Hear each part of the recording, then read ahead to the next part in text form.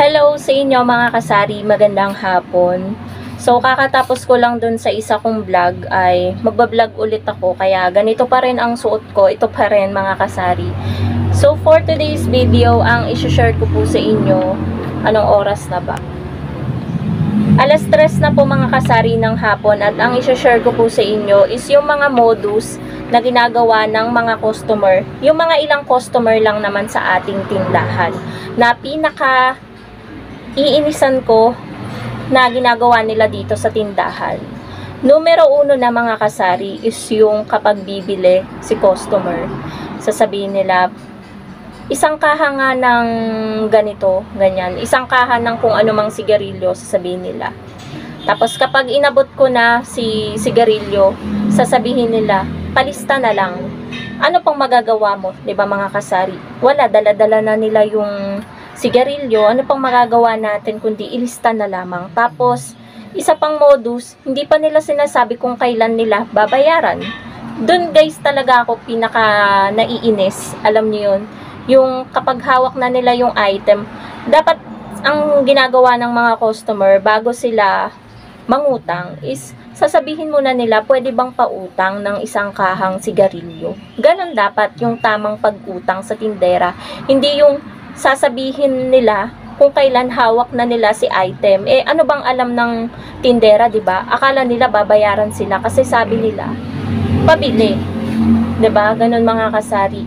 Kaya yun yung guys na pinaka number 1 na modus ni customer na ginagawa dito sa aking tindahan. At meron pa mga kasari, yung nagpapabariya. Relate na relate ako dyan, yung nagpapabariya. Alam niyo yung may isang tao na umaga pa lang nagpapabariya na, di pinapalitan ko. Once kasi na nagpalit na ako ng isang beses, syempre iniisip ko din yung kung may pamalit ako kapag may bumili sa akin, 'di ba? Kung 1,000 man yung pera nila, 500 pesos man yung pera nila, meron matitira sa akin na pamalit sa mga bumibili. Eh yung iba naman kasi dito mga kasari, alam niyo yung hindi naman bibili, magpapapalit. Alam niyo, hindi lang isang beses pupunta dito sa tindahan, siguro mga 4 times. Minsan kapag sinabi kong wala, ang gagawin pa, eto pa, magpapa-cash in ng 500 pesos. Imbes na magdala ng charge, kasi 10 pesos guys yung charge ko sa 500. Imbes na magdala na sila ng 10 piso para sa charge, ang ibabayad nila is 1,000 pesos. Oo nga naman, para mabaryahan at suklian ko sila ng 490 na barya, na tag-100, diba? So, nauutakan tayo dyan. Yan ang modus ng ibang customer guys dito sa tindahan na kinaiinisan ko. Once kasi na napalitan ko na, dapat wag naman masyadong gahaman. Yung pangalawa, pangatlo, pang-apat gusto palitan, tag-1,000 pa. Ano na lang matitira sa tindahan ko, 'di ba? Kapag may bumili sa akin, anong pamalit ko? Ako yung mawawalan. So yun guys, yung pinakamaling mindset ng isang tindera. Wag po tayong palit na lang ng palit. Pero kung sobra naman yung pamalit natin dyan, why not kung bibili naman? Pero kung hindi naman bibili, pag-isipan pa rin po natin. Syempre kailangan po nating magtira para sa ating tindahan, para hindi tayo mahirapan na magpalit. Hindi tayo maging katulad nila na kapag may bibili sa atin, alam niyo yun, ay wala tayong pamalit, magpapapalit pa tayo kung saan-saan. Eh, ang hirap magpabarya ngayon mga kasari, lalo na sa 1,000. Andyan pa yung kaliwat kanan na pagbubunga ng tindera, di ba? Isang siumay, tsaka isang kapeng binibili ko. Ayan po mga kasari, meron lang pong bumili sa atin ng kape at siomay. Yung regular customer ko na dito, suki na rin. Ayun nga po, yung ang hirap kasing magpapalit. Siguro kaya sila nasasanay dito guys na magpapalit kasi nga minsan pinapalitan ko. Kaya pinipili ko rin guys kapag bibili, doon ako talaga nagpapalit. Pero minsan nahalata mo naman talaga yung modus ng customer, yung parang nagpapapalit lang talaga. Minsan bibili lang ng kunwari isang mismo, tapos 1,000 yung ibabayad. Pero kapag umagang-umaga talaga guys, yung halos wala pang bumibili sa'yo, tapos ganun, nakakainit talaga siya ng ulo. Isa pang modus ng customer guys, yung akala nila, hindi natin naaalala yung utang nila sa atin. Gaya guys, nung isa kong customer dito, hindi ko na lang din babanggitin ang pangalan. February 2 pa siya nangutang. So, bumili siya ulit ngayon, nakailang bili na siya, parang wala siyang naaalala. Eh ako guys, hindi ko talaga ugali yung maningil eh. Gusto ko kusa silang nagbabayad. Pero kapag alam kong sobrang tagal na, tsaka na ako guys naniningil. Pero ang tagal na eh, halos 1 week na. Eh, ayun, palagpasin ko ngayon, pero sa susunod na pagbili niya, sasabihin ko na. At may listahan naman ako dito kung kailan siya nangutang. Minsan nga nilalagyan ko pa ng oras kasi alam ko talaga napakakunat nun magbayad.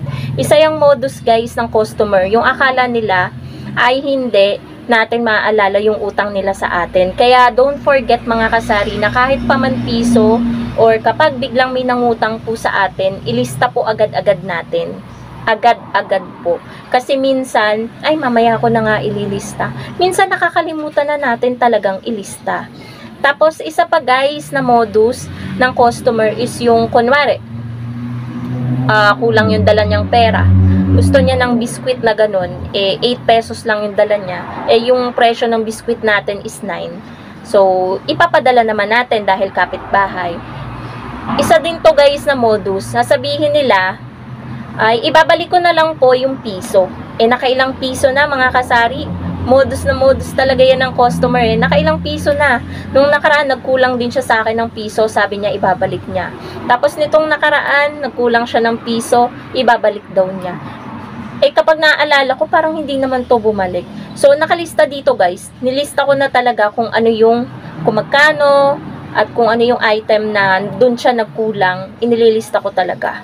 Kaya guys, mag-ingat-ingat po tayo sa mga modus talaga ng mga customer. Kasi, andyan talaga yung manlalamang sila sa ating mga tindera, hindi nila alam na konti lang talaga yung kinikita natin kada item. Nagpapatong lang talaga tayo ng konti para meron tayong kitain kahit papano. Tapos dadalihan pa tayo nila ng modus nila. Pwede na nga yung tawaging scam eh. Kumbaga, ganun mga kasari. So mag-ingat na lang po tayo sa mga ganun. Umiwas-iwas na lang din tayo sa ganun.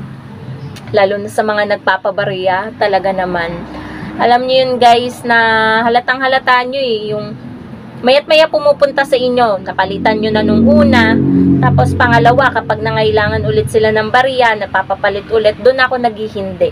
Sinasabi ko kahit meron, nawala. Kasi masasanay yan eh. Pangatlo, pupunta ulit sa'yo. Sa loob ng isang araw lang yun guys. Pang-apat, pupunta ulit sa'yo. Hanggang pang-apat, pangalawa hanggang pang-apat, nagno-no na ako doon guys. Kahit meron pa akong pamalit. Kasi, doon po sila masasanay. Ayun lang. Yun lang ang vlog natin mga kasari.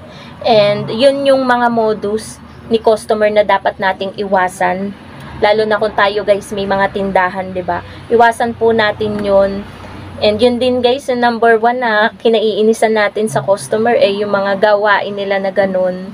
And dapat maging aware din po tayo mga kasari sa mga ganong sitwasyon. So yun lamang po mga kasari ang vlog ko for today. Sana ay nagustuhan nyo, nagkaroon kayo ng idea how to handle yung mga ganong guys, mga ganong sitwasyon kapag nangyari sa tindahan nyo. So yun lamang po mga kasari. Magandang hapon po sa inyong lahat and happy selling po. Bye guys!